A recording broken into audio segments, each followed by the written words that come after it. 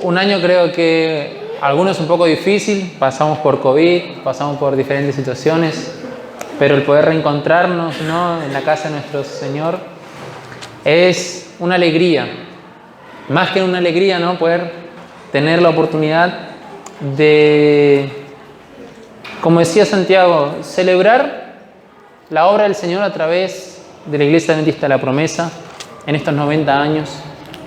Creemos que no somos la única iglesia a la cual Dios llamó para el servicio. Creemos que no es la única denominación a la cual el Señor escogió para poder ser un instrumento y llevar el Evangelio, llevar las esperanzas, las buenas nuevas a las personas. Pero sí creemos que somos parte de ese pueblo. Creemos que somos un pueblo que Dios escogió. Creemos que somos la iglesia del Señor llamado para este propósito. Hermanos, yo estoy muy feliz porque entiendo que en todo este tiempo Dios sigue obrando con nosotros, sigue obrando a través de las generaciones. Como decía Santi, ¿no?, acá vemos muchas generaciones de Adventistas de la Promesa, gente que ha vivido en el servicio del Señor, y hoy hay nuevas generaciones levantándose. Y hoy quiero aprovechar, ¿no?, agradecer al Señor y meditar con ustedes en un tema que para mí es muy lindo. Y yo quisiera que ustedes me acompañen al texto de Hechos. Pueden abrir sus Biblias en Hechos, capítulo 2.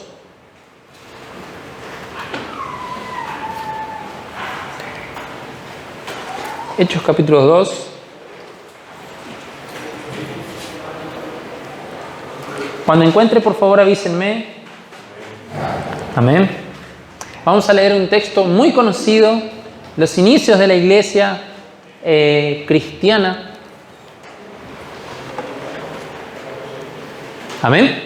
Vamos a leer del versículo 41 hasta el final del capítulo 2. Dice así: con muchas otras palabras daba testimonios y los advertía diciendo: sálvense de esta generación corrompida. Y los que de buen agrado habían recibido la palabra fueron bautizados, y en aquel día se agregaron casi 3.000 almas.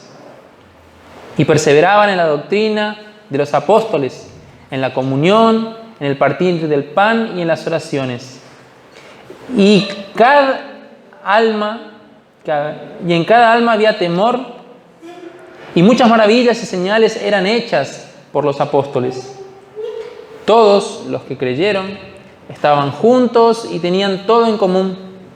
Vendían sus propiedades y bienes y lo repartían con todos conforme a la necesidad que cada uno tenía.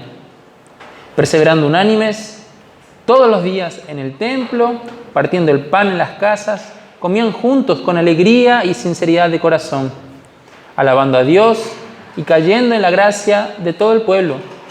Y el Señor cada día agregaba a la iglesia aquellos que estaban siendo salvos. Amén. Así como estás, yo te pido, vamos a orar. Pidamos que Dios pueda hablarnos a través de su palabra, que su Espíritu Santo esté ministrando en nuestras vidas, que podamos entender este tema, ¿no?, que podamos ser esa iglesia bendecida por el Señor. Padre, estamos aquí en tu presencia, agradecidos, Señor, por este tiempo donde tú usas a esa iglesia que tú plantaste, Señor, en el mundo para ser instrumento en tus manos. Esa iglesia, Señor, que fue escogida, mi Dios, para poder reflejar el amor y la gracia de Cristo. Señor, queremos a través de tu palabra, Señor, a través de la misericordia de tu Espíritu Santo, ese Dios que está con nosotros, ese Dios que es presente en nuestras vidas, que llena nuestras vidas, Señor, para poder ser cada día más y más iguales a Jesús.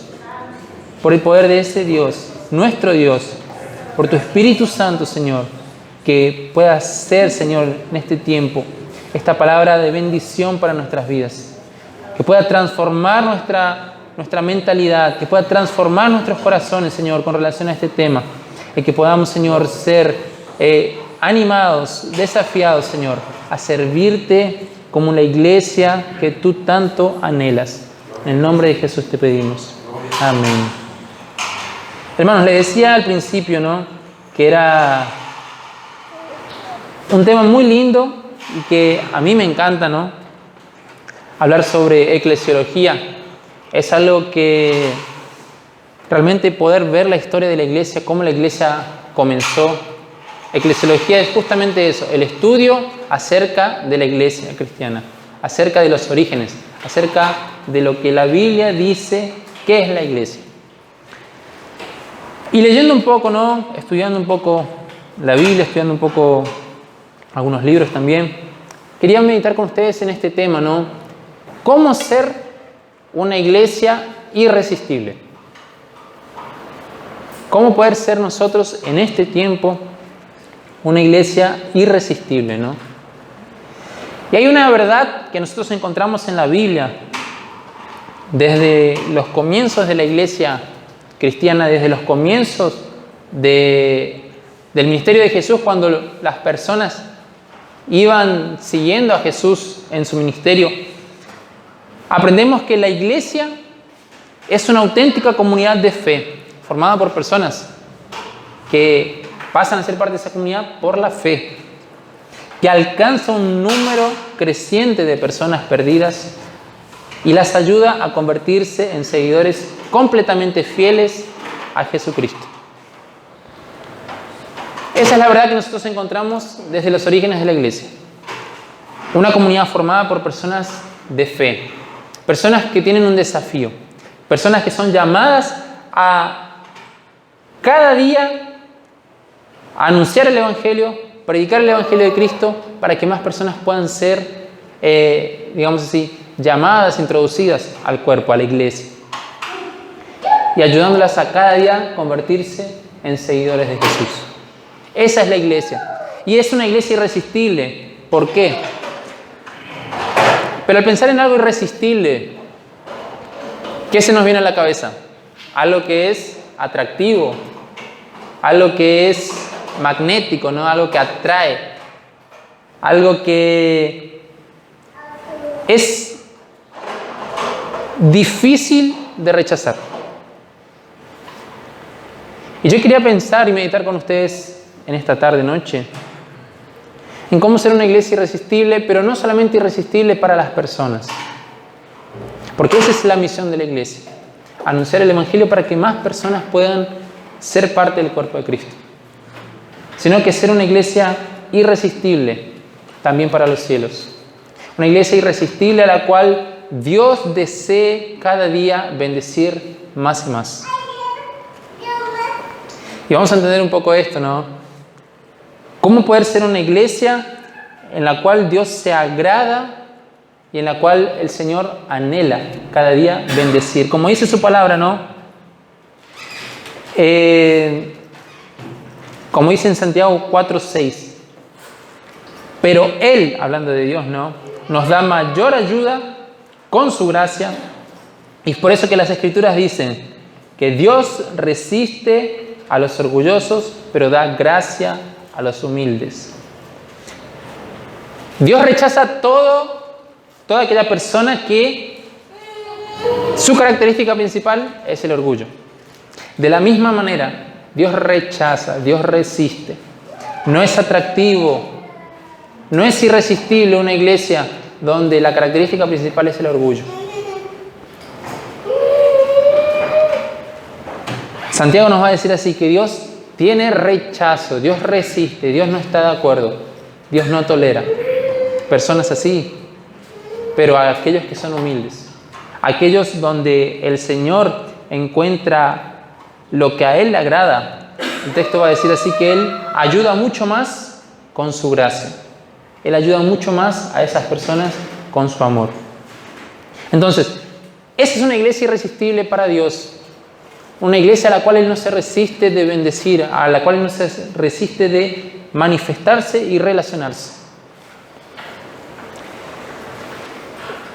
Hermanos, hoy en día,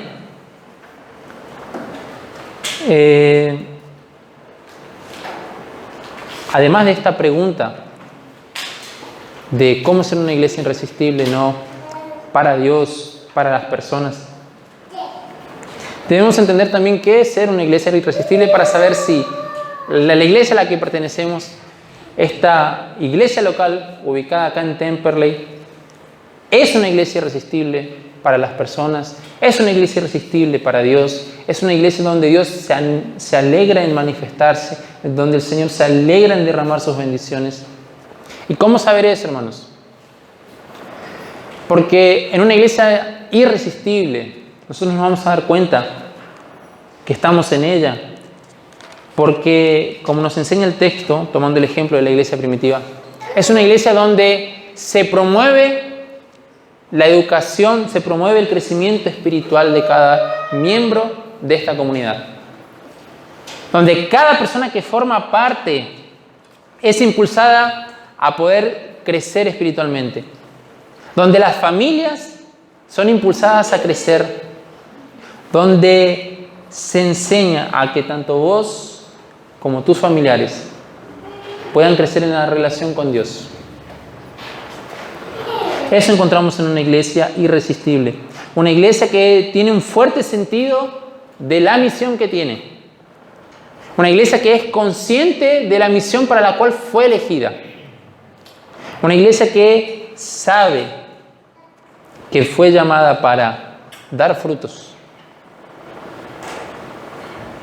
Es una iglesia que fue llamada a poder ver cada día en ella vidas siendo transformadas, vidas siendo salvas. Como decía el texto, ¿no? El versículo 41, que aquellos que creyeron en el mensaje que los apóstoles daban, ellos automáticamente se bautizaban y comenzaban a integrar la iglesia que estaba comenzando. Y que al final el texto nos dice que cada día el Señor iba agregando todas las personas que iban siendo salvas por el mensaje que los discípulos predicaban. Y estar en una iglesia irresistible es anhelar estar en ese lugar con esas personas cada día. Donde vos tenés ese deseo de decir, yo quiero estar en la próxima reunión. Y no esa alegría de decir, bueno, me salvé de un culto más, de no participar. Una iglesia irresistible es aquella donde tenés el anhelo y el deseo de participar, de encontrarte con los que forman parte de esta comunidad. Donde podemos ver que la iglesia no es un modelo de perfección. No es una iglesia perfecta. No es una iglesia donde no hay problemas, donde no hay dificultades, sino que es una iglesia que es un modelo de crecimiento. Hay dificultades, hay luchas, pero la iglesia sigue creciendo, porque la iglesia continúa avanzando. La iglesia mira los problemas, resuelve los problemas y continúa con la misión que tiene. Por eso es una iglesia irresistible, hermanos. La iglesia primitiva no era una iglesia sin problemas. Vamos a ver que en los primeros años ya comenzó a querer entrar la mentira. Cuando Ananías y Zafira quisieron engañar a los apóstoles, comenzaron las persecuciones. Y era una iglesia que no estaba libre de dificultades, pero la Biblia nos va a decir así: y el Evangelio y la palabra de Dios crecían a medida que la iglesia iba cumpliendo su misión. Y era una iglesia irresistible. Y era una iglesia donde, dice el texto, el Señor agregaba los salvos cada día. Cada día. Esto es una iglesia irresistible. Vos creces espiritualmente. Vos anhelás participar ahí. Vos tenés ese anhelo de que esa misión a la cual fuiste llamado se cumpla. Entonces, ¿cómo ser una iglesia irresistible para el mundo? Una iglesia irresistible donde el Señor manifieste su presencia, donde el Espíritu Santo se mueva en medio de su iglesia. ¿Cómo ser una iglesia irresistible? Y en primer lugar, para ser una iglesia irresistible, hermanos, tenemos que tener hambre por la presencia de Dios. Hambre por la presencia del Señor. Ese anhelo de ser llenos cada vez más y más. Yo quisiera, por favor, un voluntario que pueda leer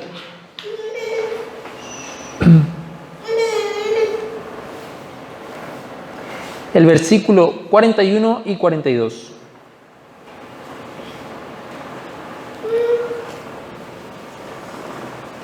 Así que los que recibieron su palabra fueron bautizados y se añadieron aquel día como 3.000 personas. Y perseveraban en la doctrina de los apóstoles, en la comunión unos con otros, en el partimiento del pan y en las oraciones. Es un poco difícil de pensar, ¿no?, en anhelar más de la presencia de Dios cuando la Biblia nos dice que Dios llena todo el mundo, que la presencia del Señor está en todos lados. ¿Y cómo pensar, ¿no?, en querer más del Señor si el Señor realmente está en todo lugar? Como dice Mateo, ¿no? Como dice el texto de Mateo 18:20. Porque donde hay 2 o 3, ahí Él está. Donde 2 se reúnen en su nombre, Él está presente ahí. Si el Señor lo llena todo, como dice Jeremías, ¿no? Él dice así: ¿acaso no soy yo, Dios, el que llena los cielos y la tierra? ¿Cómo podemos anhelar más de la presencia del Señor? ¿Cómo podemos realmente ver y evidenciar que estamos hambrientos por su presencia? Y para saber eso, hay algunas cositas que nosotros tenemos que llevar en cuenta, hermanos. Quien tiene hambre y sed y anhela más de la presencia de Dios, son personas conscientes, que tienen una conciencia mucho mayor de la presencia de Dios.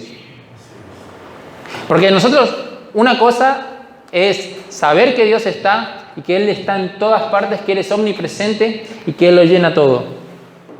Y otra cosa muy diferente es ser conscientes de la presencia de Dios con nosotros. Porque yo puedo saber que Dios existe y puedo creer que Él está en todos lados, pero tal vez no soy consciente a dónde voy que el Señor va conmigo. Que tal vez nadie me ve, pero el Señor sí me ve. Que tal vez estoy solo, pero el Señor me acompaña.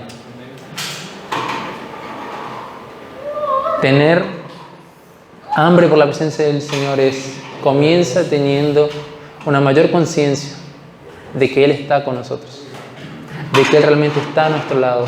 Y no solamente saber que Él existe. Y anhelamos también el ser llenos de su Espíritu Santo, ¿no?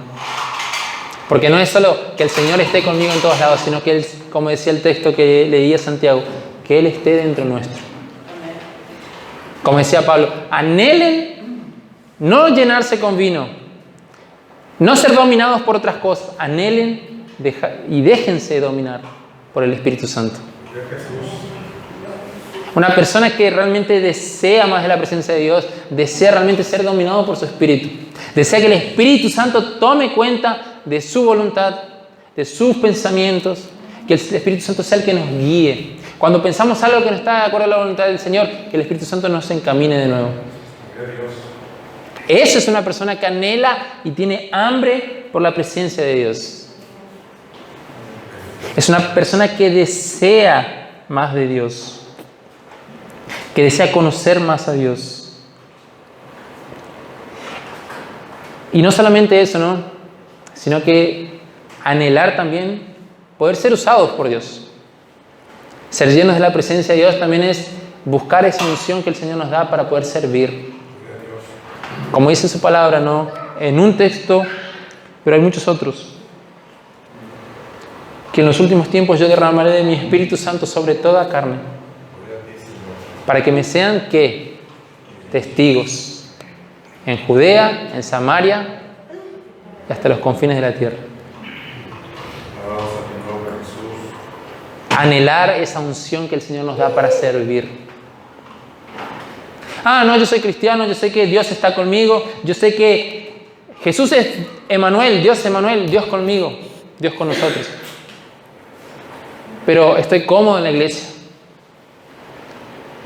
Pero el Señor promete darnos su unción para poder servir y ser testigos, y ese testigo significa estar dispuestos a morir por Él, por su evangelio, por su causa.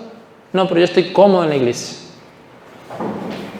Yo anhelo que el Señor me acompañe donde voy, que el Señor me bendiga, que el Señor esté conmigo, que el Señor esté dentro mío, que me consuele, que me fortalezca, pero yo no quiero, o yo no anhelo, o no busco el ser lleno para poder ser usado, para poder servir a Dios.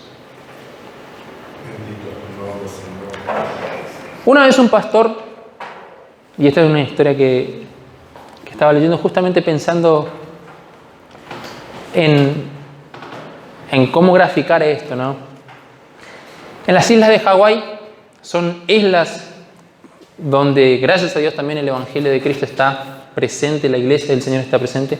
Y una vez un pastor, que ellos en la denominación no tienen iglesia, no tienen un templo, alquilan un lugar. Y ellos, el lugar que alquilaban era el salón de una escuela. Y en esa escuela ellos de vez en cuando la escuela le pedía el lugar para alguna otra actividad, ellos sacaban todo, porque usaban los fines de semana, sacaban todo y dejaban para que se pueda utilizar. Pero cuando era necesario, la escuela le avisaba con tiempo para que ellos se prepararan, buscaran otro lugar y pudieran hacer sus actividades normalmente.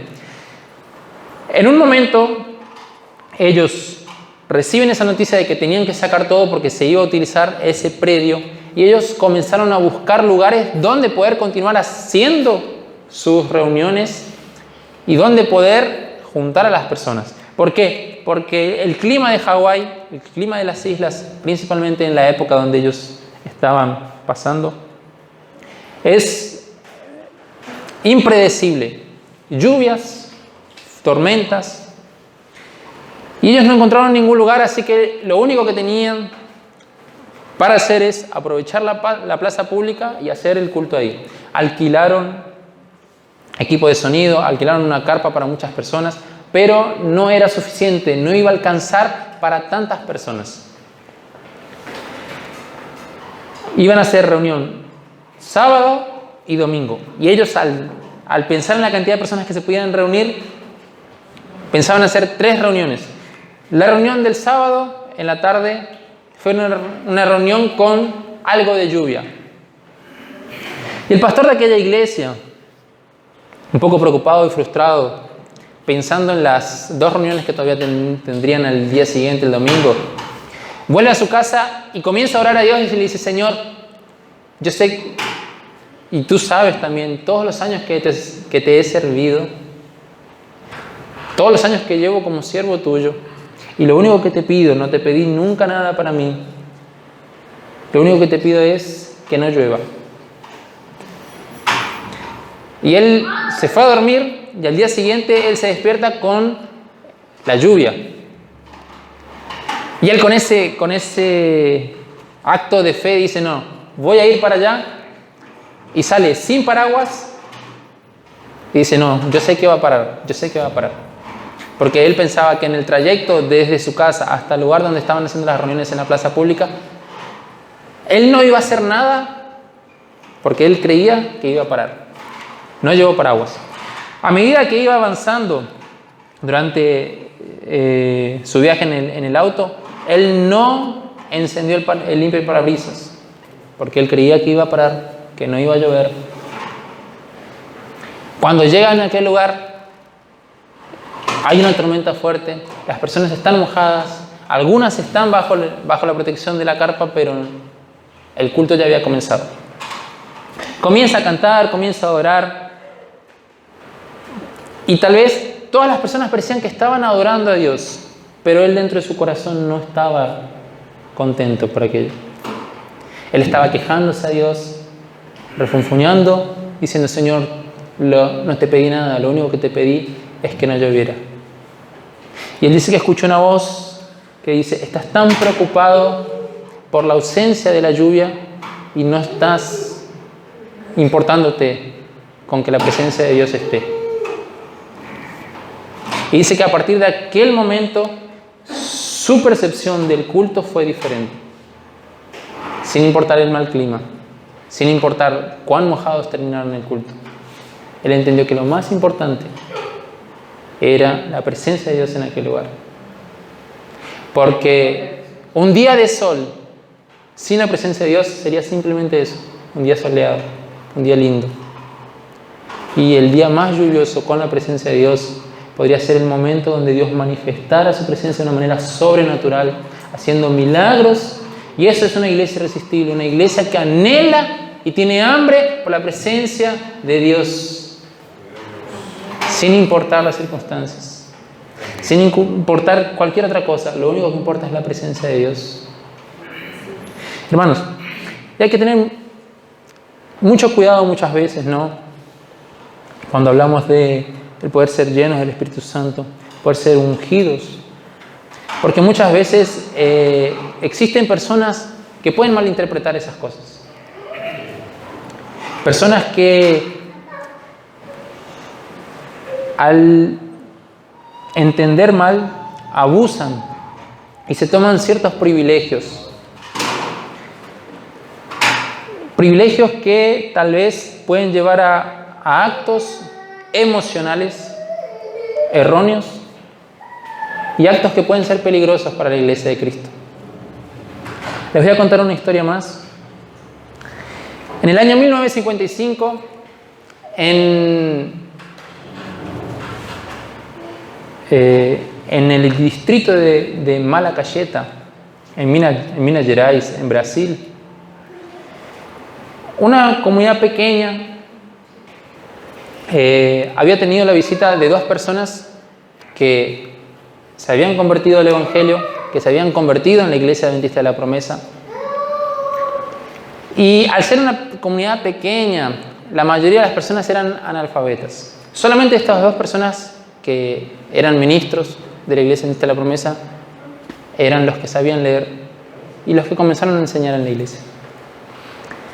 Y lamentablemente, nosotros podemos encontrar, y esto está en registros de la historia de nuestra iglesia. Y si quieren pueden buscarlo en internet, también está en internet. En el periodo de Semana Santa, desde el miércoles hasta el domingo, hubo varias reuniones en las cuales dos jóvenes que habían sido colocadas como profetisas, junto con estos dos ministros, comenzaban a indicar a los pastores, a estas dos personas, dónde había un demonio en la vida de una persona. Y comenzaron a querer expulsar al demonio y comenzaron a agarrar a golpes a las personas. Y estas profetisas, ¿no? Eran las que se encargaban de indicar dónde estaba el demonio. Ah, está el fulano de tal. Y las personas eran agarradas a golpes para expulsar el demonio. Ah, está en un gato. Ah, está en un perro. Y ustedes pueden leer eso. Varios animales, varias personas, hasta niños, fueron indicados como poseídos. Y causa de esa situación, 4 niños murieron. Es una historia real, sucedió en una comunidad, está registrado en las historias de nuestra iglesia, podemos encontrarlo en internet. Por eso decía, es importante muchas veces tener en cuenta que nosotros tenemos que tener hambre y sed por la presencia de Dios, anhelar el buscar ser llenos de su presencia para poder ser usados. Siempre con sabiduría, porque hay exageros, hay personas que malinterpretan. Pero nosotros no tenemos que dudar, hermanos, por causa de estas historias, no tenemos que dudar que Dios anhela manifestar de su presencia en medio de su iglesia. Yo fui una de esas personas que muchas veces tuve ese miedo de buscar más de Dios, anhelar más del Señor. Y tal vez en un momento donde Dios quería manifestar de su presencia, llenar mi vida, fue en un momento donde por causa del miedo frenamos lo que Dios quiere hacer en nuestras vidas. Creo que fui el único que pasó por esa experiencia, ¿no? Muchas veces nosotros anhelamos de la presencia de Dios, pero llega un momento donde por miedo no dejamos que Dios obre, que Dios haga lo que Él desea en nuestras vidas. Y una iglesia irresistible, hermanos, además de ser esa iglesia que anhela la presencia del Señor, es una iglesia que practica la gratitud. Y hay algo interesante, ¿no? Que muchas veces nosotros decimos que debemos ser agradecidos y hasta mismo en nuestros cultos tenemos momentos de agradecimientos. Pero ser agradecidos y tener gratitud son dos cosas totalmente diferentes. Porque agradecimiento ya es producto, resultado de algo que nosotros alcanzamos. Por ejemplo, yo soy agradecido con Marina por algo que ella hizo conmigo, un favor que ella me hizo. Pero el ser grato es independientemente de que ella haga o no algo por mí. Agradecimiento es fruto y ser grato es una actitud que yo tengo sin importar las circunstancias. Sin importar si Dios me bendice o no, yo soy grato a Él. Y yo sé vivir en agradecimiento, como decía Pablo, ¿no? Sin importar las circunstancias. Eso es ser grato. Y una iglesia que es irresistible, es una iglesia que realmente vive la gratitud.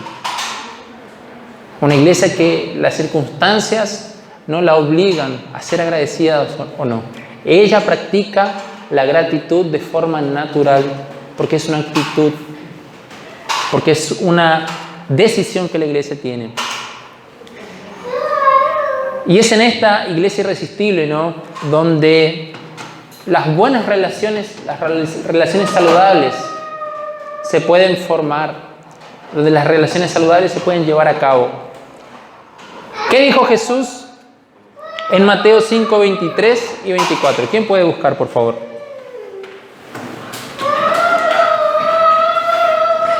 Nosotros vamos a ver que para Jesús lo más importante en su iglesia son las relaciones saludables, las relaciones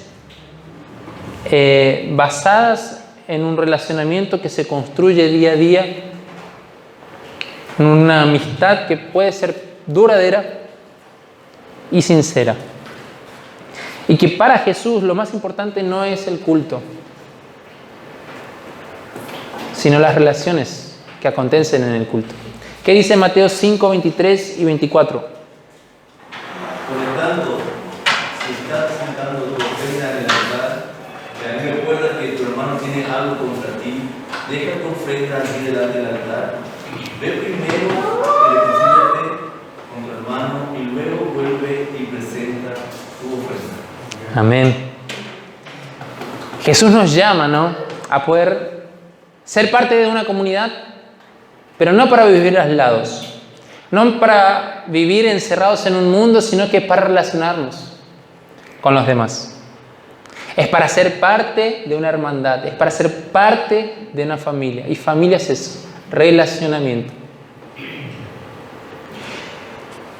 Hace un tiempo atrás, un pastor en el interior, en una de las provincias de ahí de Argentina, era el pastor principal de la iglesia, y en esa iglesia había otro presbítero. Y este presbítero tenía algunos dones que el pastor no tenía. Y el pastor fue levantado y se notaba que el don principal que él tenía era el evangelismo. Llamaba a las personas, presentaba el evangelio y las personas se acercaban, llegaban a la comunidad. Pero este presbítero tenía otros dones. Con el tiempo, en el ejercicio, en el servicio, en las reuniones, comenzaron a haber muchos dones de este presbítero que eran empleados, eran utilizados. Y este pastor, por envidia, por una mala relación, tomó la decisión de irse de la iglesia. Y su motivación fue que no tenía una buena relación con el presbítero. Después de un tiempo, el presbítero también salió de la iglesia. Y ahí nosotros pensamos en la iglesia primitiva, donde la relación de ella como iglesia era cada día, de casa en casa, partiendo el pan y teniendo todo en común. Y más aún, ellos vendían sus posesiones, porque ellos decían, esto no es mío solamente, esto es para todos nosotros.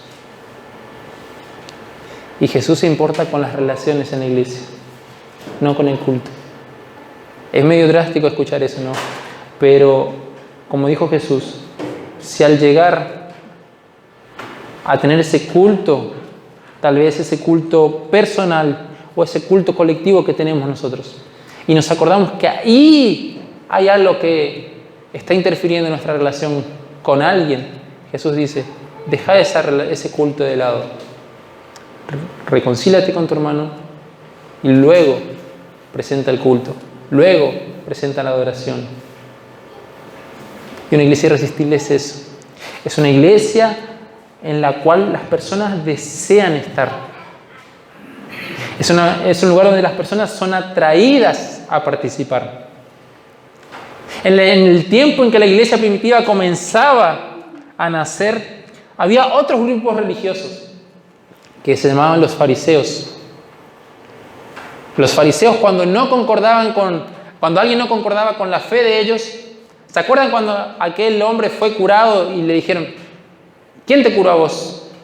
No sé, yo era ciego, no sé quién me curó. Le preguntaron a los padres y dice el texto que los padres, por miedo a lo que los fariseos podrían hacer, ellos no respondieron. Ellos dijeron así, pregúntenle a él ya es grande, él sabe responder solo. En aquella época, esta comunidad de religiosos era una comunidad a la cual las personas tenían miedo de participar.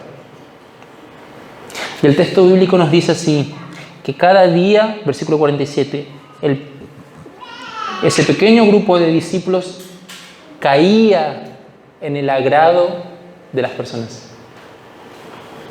Cada día las personas se agradaban más con este grupo de discípulos y ellos querían estar ahí, ellos querían ser parte. Ellos anhelaban poder formar parte de esa pequeña comunidad que estaba creciendo y dice, ellos cada día se sumaban porque el Señor los traía. Es en el relacionamiento, hermanos, donde las personas van a anhelar y van a ver una comunidad, una iglesia irresistible. Una iglesia donde ellos encuentran personas que tomaron la decisión de amar. Tomaron la decisión de amar a otros sin importar cómo sea, sin importar sus defectos, sin importar sus pecados. Y esta es una característica de la iglesia irresistible, el amor. La iglesia irresistible elige amar a las personas y elige amar a Dios. Hay que ser realista, hermanos. Muchas personas llegan a la iglesia por diferentes motivos. Por ejemplo, uno de los motivos por los cuales muchas personas, muchas iglesias crecen, una de las motivaciones de las personas llegar a la iglesia es la culpa. Se sienten culpadas, culpables de lo que hicieron, culpables de la vida que tuvieron. Y esa culpa los lleva a acercarse a Cristo, pero no con una conciencia de que Dios los ama y los perdona, sino que esa culpa va creando en la vida de las personas un activismo. No, tengo que hacer tal cosa para ser perdonado. No, tengo que hacer tal cosa para poder estar bien con Dios. Y hablando con una doctora, ella decía así que nosotros como seres humanos tenemos el yo, el super yo y el ello. ¿Y qué manifiesta eso? Manifiesta la realidad del hombre, manifiesta los deseos que el ser humano tiene y manifiesta ese deseo del deber que como seres humanos tenemos. Y muchas veces la culpa obra mucho en el deber nuestro. Porque cuando nos sentimos culpables para estar bien con la otra persona, queremos hacer cosas para agradar. Y eso nos lleva a ¿qué? A ser legalistas.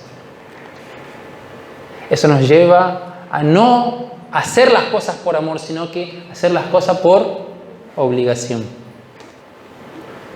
Y hay una sola cosa que nos debe obligar, que nos debe motivar a servir. 2 Corintios capítulo 5, versículo 14 dice así: el amor de Cristo nos constriñe, el amor de Cristo nos obliga a servir. Es el amor el que nos tiene que motivar. La iglesia irresistible es aquella que escoge amar en primer lugar a Dios y amar a las personas. Servir a Dios, servir a las personas. Esa es una iglesia irresistible, hermanos. Una iglesia que tomó la decisión de amar a otros. No es una iglesia que se ama a sí misma. Nosotros estamos bien, las cosas funcionan bien para nosotros y listo. Que el mundo se salve a sí mismo. Una iglesia irresistible es una iglesia que entiende la misión, escoge amar, escoge servir y anhela cada día ser lleno de la presencia de Dios. Pero no simplemente para disfrutar de la presencia de Dios, sino que para ser usados por Él. Hermanos, como dije al principio, la iglesia adventista de la promesa es parte de esa iglesia que Dios escogió. Y entiendo que es una iglesia irresistible y debe ser una iglesia irresistible cada día. Esa iglesia donde anhelemos estar y no que no tengamos ese deseo de salir, no tengamos esa voluntad de irnos, sino que estemos dispuestos cada día a buscar de la presencia de Dios en ese lugar. Yo estoy feliz, hermanos, porque entiendo que Dios nos dio una promesa maravillosa, que es la manifestación de su Espíritu Santo. Y esa promesa hace que nosotros podamos ser una iglesia irresistible. Y si anhelamos más y más de la presencia del Espíritu, si buscamos más y más de la presencia del Espíritu, eso va a demostrar que somos una iglesia que anhelamos ser irresistibles. Irresistibles para que la manifestación del poder de Dios venga sobre nosotros y más vidas sean transformadas, más vidas sean convertidas, más personas, más líderes se levanten para servir, más personas se levanten para ir a otros lugares y predicar el Evangelio, porque esa es la misión. Dios derramaría su Espíritu para cumplir la misión. Dios derramaría su Espíritu sobre su iglesia para cumplir una misión. Hermanos, yo creo que la mayor motivación para nosotros buscar el bautismo en el Espíritu Santo hoy en este tiempo es cumplir la misión que Dios tiene para nosotros como iglesia. No hay ninguna otra motivación que nos tenga que llevar a buscar de la presencia del Señor, sino cumplir el propósito con el cual fuimos llamados por Dios, que es amar a Dios por sobre todas las cosas, que es el primer mandamiento, y amar a las personas, amar a nuestro prójimo como a nosotros mismos. Amén. Te invito a ponerte de pie. Hermanos, ser iglesia es manifestar cada día la voluntad de Dios en nuestras vidas. Es tener una conciencia mayor de que el Señor está con la iglesia. Por más que el Señor está en todos lados, el Señor está con su iglesia de una manera especial. El Señor quiere usarte de una manera especial. El Señor quiere usar niños, jóvenes, adultos de una manera especial. El Señor no llamó pastores, nos llamó diáconos, diaconisas, para que ellos les sirvan. Él llamó antes a personas que quieran ser sus discípulos. Tal vez esas personas se tornaron en pastores. Tal vez esas personas se tornaron en discípulos. En diáconos, diaconisas. Pero antes fueron llamados a ser discípulos del Señor. Y el Señor nos llama hoy a ser sus discípulos. Hermanos, así como decía que hay situaciones donde se desvía mucho, se desvirtúa este mensaje tan lindo que es la promesa del Espíritu Santo sobre la vida de las personas, yo les digo que es posible también ver un obrar de Dios, el derramamiento del Espíritu Santo, de una manera hermosa, aún en niños de 8 años. Tuve el privilegio, hermanos, en el periodo del seminario, poder ver niños siendo bautizados en el Espíritu Santo, hablando en lenguas, y entendiendo yo que Dios los llamó y los capacitó con su Espíritu Santo, porque Dios tiene una promesa grande para hacer con ellos. Tiene un propósito grande, una misión grande. Así como Dios tiene un propósito para vos y para mí, ser una iglesia irresistible. Acá en este lugar, donde Dios nos colocó, donde Dios nos llamó. Hermanos, yo quisiera orar con ustedes, pidiendo al Señor esto, que el Señor derrame ese Espíritu Santo, que el Señor bautice a cada uno de los que necesitan de esta promesa, que Dios capacite aún más a aquellos que ya recibieron esta promesa, porque para eso el Señor derramó de su Espíritu Santo, mandó a su Consolador para estar con nosotros, para capacitarnos, para que sirvamos. ¿Somos una iglesia que anhela la presencia de Dios? Amén. ¿Somos una iglesia que quiere ser llena de la presencia de Dios? ¿Somos conscientes que el Señor está acá con nosotros? Hermanos, el Señor quiere manifestar en esta tarde su presencia en nuestras vidas. Quiere usarte, seas niño, seas joven, adolescente, adulto, el Señor quiere usarte. Vamos a orar, vamos a pedir que el Señor derrame su Espíritu Santo sobre su iglesia. Señor,